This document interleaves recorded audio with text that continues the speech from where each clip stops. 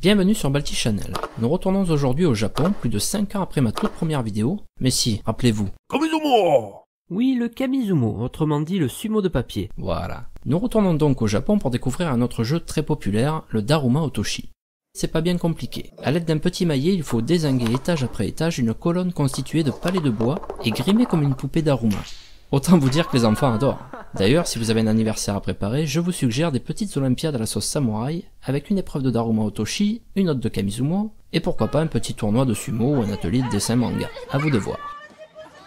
En tout cas, vous trouverez tous mes conseils pour fabriquer votre propre Daruma Otoshi et votre propre Kamizumo dans mes tutos vidéo, dont les liens sont en description. Alors, les enfants adorent, certes, mais attention, ce jeu est loin d'être enfantin, même pour un adulte. Et quand on réussit à déquiller toutes les rondelles de la poupée, on se sent comme un champion du monde.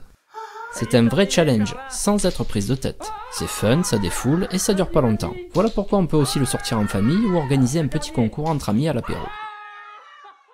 Mais que veut dire Daruma Otoshi? Eh bien, Daruma fait référence à un moine bouddhiste originaire d'Inde qui fonda au 5e siècle en Chine l'école Chan, qui deviendra l'école Zen au Japon, où il est donc vénéré. Notamment, on y formule des vœux en peignant des petites boules de papier mâché à son effigie, les fameuses poupées Daruma.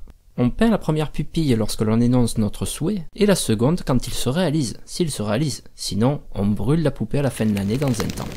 La légende raconte que ce fameux moine resta en méditation 9 années durant, et qu'il vécut jusqu'à 150 ans, jusqu'à ce que ses membres, ses bras et ses jambes pourrissent et tombent un à un. Un peu comme les rondelles que vous devrez une à une faire otoshi, ce qui veut dire tomber en japonais. Alors ne vous y trompez pas, même s'il a vraiment l'air en colère, non monsieur, ce n'est que de la concentration zen intense, tout à fait le genre qu'il vous faudra pour réussir le Daruma Otoshi. D'autant plus que vous pouvez encore corser le challenge en imposant de démarrer par une rondelle intermédiaire, mais c'est vraiment chaud. Quant au tricheur qui serait tenté d'aller directement au but, vous risquez fortement d'endommager votre karma, sachez-le. C'est prouvé, par des scientifiques, avec des chiffres mathématiques et des symboles compliqués. Oui madame.